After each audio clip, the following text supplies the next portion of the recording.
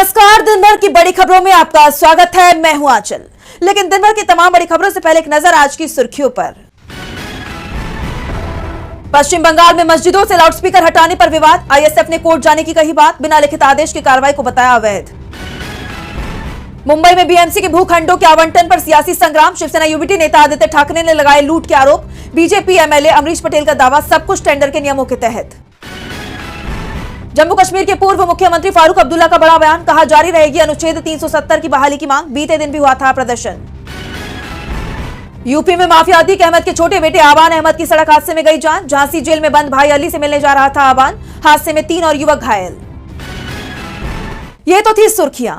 आज इस बुलेटिन में बात होगी राहुल गांधी की बीजेपी को चेतावनी की, कॉकरोच जनता पार्टी के बड़े ऐलान की। तो डेमोक्रेसी ऐसे नहीं चल सकती। देखेंगे संसद में खरगे और रिजिजू के बीच क्यों हुई बहस। It is my right what to speak, when to speak, how to speak. अब बात आज की सबसे बड़ी खबर की। लोकसभा में नेता प्रतिपक्ष राहुल गांधी लगातार युवाओं का मुद्दा उठा रही हैं। युवाओं से संवाद करने के लिए उन्होंने छात्रों की गूंज नाम का अभियान भी शुरू किया है। लेकिन युवाओं के बीच राहुल की बढ़ती लोकप्रियता से घबराई सरकार की तरफ से अब उनके कार्यक्रम को रोकने की कोशिशें शुरू हो गई हैं, जिस पर राहुल गांधी ने भी सरकार को कड़ी चेतावनी दे दी है। तो क्या है ये पूरी खबर, जानेंगे इस रिपोर्ट में। लोकसभा में नेता प्रतिपक्ष राहुल गांधी मोदी सरकार की चिंता को बढ़ाते नजर आ रहे हैं। देश के युवा जहां सरकार से नाराज हैं, ऐसे दौर में उनके बीच राहुल गांधी की लोकप्रियता बढ़ती नजर आ रही है। जिस तरह राहुल ने युवाओं के मुद्दे को उठाया है, नीट पेपर लीक से लेकर लाठीचार्ज तक, बेरोजगारी से लेकर स्कूल कॉलेज की महंगी फीस तक, राहुल गांधी ने इन तमाम मुद्दों को सरकार के सामने रखा, युवाओं के हक में आवाज उठाई और अब युवा भी उनके साथ खड़े दिखाई दे रहे हैं। यही वजह है कि मोदी सरकार की घबराहट बढ़ती जा रही है। ये तब और साफ हो गया जब प्रशासन की तरफ से राहुल के कार्यक्रम को रोकने की कोशिशें शुरू हो गई। आप जानते हैं कि कांग्रेस सांसद ने युवाओं से संवाद करने के लिए छात्रों की गूंज नाम का अभियान शुरू किया है, जिसके तहत कोटा और देहरादून में उन्होंने 2 कार्यक्रम किए, जिसमें भारी भीड़ उमड़ी और अब उनका अगला कार्यक्रम 8 अगस्त को प्रयागराज में प्रस्तावित था, जिसकी तैयारियां भी पूरी हो चुकी थी। लेकिन कार्यक्रम से 48 घंटे पहले इसके लिए जिस ग्राउंड की परमिशन दी गई थी उसे निरस्त कर दिया गया। केपी ट्रस्ट के कार्यवाहक अध्यक्ष चौधरी जितेंद्र नाथ सिंह ने 2 स्कूलों के बच्चों की पढ़ाई छूटने और मैदान खराब होने का हवाला देते हुए पहले दी गई इजाजत वापस ले ली। लेकिन जिस तरह कार्यक्रम के लिए ग्राउंड की परमिशन वापस ली गई, उस पर बवाल मच गया। उत्तर प्रदेश कांग्रेस के अध्यक्ष अजय राय ने आरोप लगाया, भाजपा की सरकार जानबूझकर ये प्रयास कर रही है कि राहुल जी कार्यक्रम यहाँ न कर पाए। इसके पहले भी राजस्थान कोटा में कार्यक्रम निरस्त कराया था, छात्रों के आवाज के चलते फिर उनको परमिशन देना पड़ा। कांग्रेस ने इसे सरकार का डर बताया है। खुद राहुल गांधी ने ये बात कही है। उन्होंने इलाहाबाद यूनिवर्सिटी में जारी युवाओं के प्रदर्शन का जिक्र करते हुए कहा कि इलाहाबाद विश्वविद्यालय के छात्र फीस वृद्धि और सीट कटौती के खिलाफ अपने भविष्य की लड़ाई लड़ रहे हैं, लेकिन प्रशासन छात्रों को सुनने के बजाय उन पर FIR कर रहा है। मोदी सरकार की नीति ही युवाओं की आवाज दबाना है। सवाल पूछो तो लाठी, विरोध करो तो मुकदमे और आवाज उठाओ तो पैलेट गन। जब मैंने छात्रों की बात को सुनने के लिए प्रयागराज आने का फैसला किया, तब से प्रशासन मेरे कार्यक्रम को हर संभव तरीके से रोकने की कोशिश कर रहा है। साफ है, उन्हें छात्रों की गूंज से भी डर लग रहा है। मैं छात्रों के साथ हूं। सरकार चाहे जितनी भी कोशिश कर ले, मुझे छात्रों की आवाज उठाने से रोक नहीं सकती।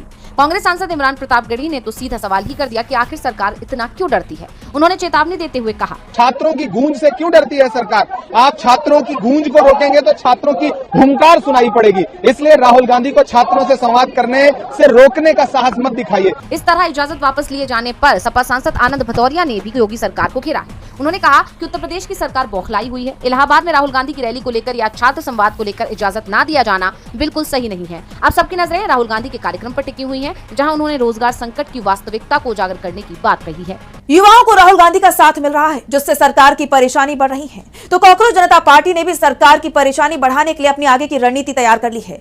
सीजेपी की 2 दिवसीय बैठक के आखिरी दिन संस्थापक अभिजीत दिप्के ने सितंबर से नया अभियान शुरू करने का ऐलान कर दिया है। साथ ही बेरोजगारी और शिक्षा के मुद्दे पर आंदोलन तेज करने की बात कही है। देखिए रिपोर्ट। महाराष्ट्र में कॉकरोच जनता पार्टी की 2 दिवसीय कोर कमेटी की बैठक का 6 अगस्त को समापन हुआ। बैठक में संगठन की भविष्य की रणनीति, देश के मौजूदा राजनीतिक हालात, छात्र आंदोलन की दिशा और सीजेपी की भूमिका पर विस्तार से चर्चा की गई। बैठक के बाद पार्टी संस्थापक अभिजीत दिप्के ने सितंबर से क्या बोलती पब्लिक अभियान शुरू करने का ऐलान किया।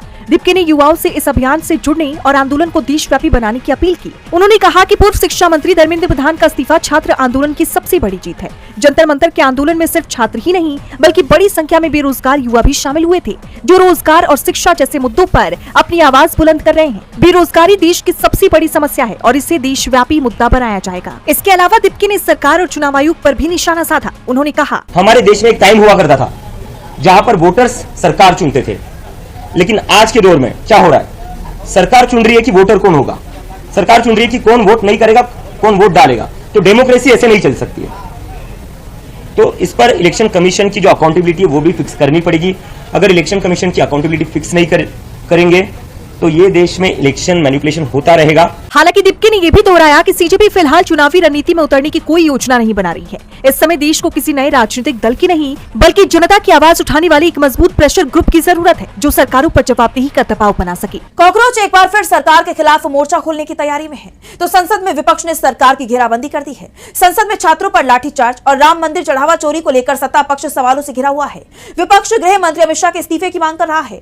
इस बीच राज्यसभा में नेता विपक्ष मल्लिकार्जुन खड़गे और संसदीय कार्य मंत्री किरेन रिजिजू के बीच तीखी बहस हुई। तो क्या कुछ हुआ संसद में, जानेंगे इस रिपोर्ट में। संसद के मानसून सत्र में विपक्ष के तेवरों ने मोदी सरकार को हिलाकर रख दिया है। संसद के अंदर और संसद के बाहर भी एक ही आवाज गूंज रही है, वो है छात्रों पर हुए लाठीचार्ज और राम मंदिर में चढ़ावा चोरी पर उठते सवालों की। सत्र के 14वें दिन भी विपक्ष ने मोदी सरकार पर जमकर हमले किए।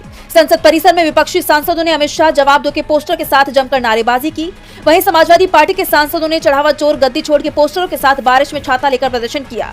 संसद के अंदर भी विपक्ष ने गृह मंत्री अमित शाह के जवाब की मांग की, जिसके चलते सदन को 2 बार स्थगित करना पड़ा। सदन में गृह मंत्री की गैर मौजूदगी को लेकर बवाल मचा हुआ था। इस बीच अमित शाह संसद तो पहुंचे, लेकिन उन्होंने सदन में जाकर लाठीचार्ज पर जवाब नहीं दिया। इसे लेकर विपक्षी हल्लाबोल के बीच राज्यसभा में नेता विपक्ष मल्लिकार्जुन खड़गे और संसदीय कार्य मंत्री किरेन रिजिजू के बीच तीखी बहस देखी गई, जहां खड़गे ने रिजिजू के बयान पर भड़कते हुए कहा है, अब मुझे रिजिजू से नियम सीखना पड़ेगा। नियम मैं भी जानता हूँ, आप लोग भी सभापति के कक्ष में जाकर नियमों का हवाला देते हैं। अगर मैं यहाँ अपना विषय पढ़कर नहीं बोलूंगा तो यहाँ क्या करूंगा? क्या मैं आपके द्वारा दिया गया विषय पढ़ूंगा? ये मेरा अधिकार है कि मैं क्या बोलूं, कब बोलूं और कैसे बोलूं। सरकार विपक्ष की तरफ से उठाए जा रहे मुद्दों का जवाब देने के बजाय उनसे बचने की कोशिश कर रही है। दरअसल रिजिजू ने कहा था कि कांग्रेस अध्यक्ष विपक्ष के नए सदस्यों को बोलने का मौका ही नहीं दे रहे हैं, एक ही मुद्दे पर बार बार बोलकर समय बर्बाद कर रहे हैं। सदन में तो खड़गे ने सरकार को घेरा ही। इसके बाद उन्होंने बाकायदा प्रेस कॉन्फ्रेंस कर पीएम मोदी की माफी और गृह मंत्री अमित शाह के जवाब की मांग करते हुए उन पर निशाना साधा। खड़गे ने कहा, इसके 2 ही मतलब हो सकते हैं। एक, या तो वो पार्लियामेंट को नजरअंदाज कर रहे हैं कि ये समझ रहे हैं कि पार्लियामेंट है ही नहीं, या तो वो डर के हाउस में आकर रिप्लाई देना नहीं चाहते। विपक्ष के तेज होते हमलों ने मोदी सरकार की मुश्किलें बढ़ा दी हैं। अब देखना ही होगा कि सरकार विपक्ष के सवालों का जवाब देगी या नहीं। संसद में खड़गे और रिजिजू के बीच तीखी बहस देखी गई, जिससे सदन का पारा हाई हो गया। वहीं FCRA संशोधन विधेयक को लेकर भी बवाल देखा जा रहा है। चर्चा है कि सरकार इसी हफ्ते से पेश करेगी या फिलहाल टाल देगी। माना जा रहा है कि इसकी रणनीति का सीधा संबंध प्रस्तावित परिसीमन विधेयक से जुड़ा है।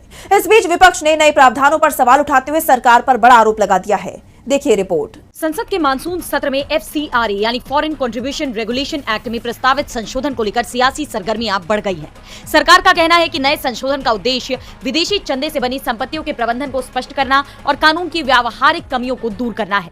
लेकिन विपक्ष और कई सामाजिक और धार्मिक संगठनों ने इस पर गंभीर सवाल उठाए हैं। पूरा विवाद प्रस्तावित धारा 16A को लेकर है। इस प्रावधान के मुताबिक अगर किसी संस्था का FCRA पंजीकरण समाप्त हो जाता है, रिन्यू नहीं होता, रद्द कर दिया जाता है या संस्था खुद उसे सरेंडर कर देती है, तो विदेशी चंदे से अर्जित धन और उससे बनाई गई संपत्तियां एक निर्धारित सरकारी प्राधिकरण के कंट्रोल में चली जाएंगी। सरकार का कहना है कि अगर संस्था दोबारा रजिस्ट्रेशन हासिल कर लेती है तो उसकी संपत्ति वापस कर दी जाएगी। लेकिन आलोचकों का आरोप है कि ये व्यवस्था सरकार को जरूरत से ज्यादा अधिकार देती है और धार्मिक संस्थाओं, स्कूलों, अस्पतालों और सामाजिक संगठनों की संपत्तियों पर नियंत्रण का रास्ता खोल सकती है।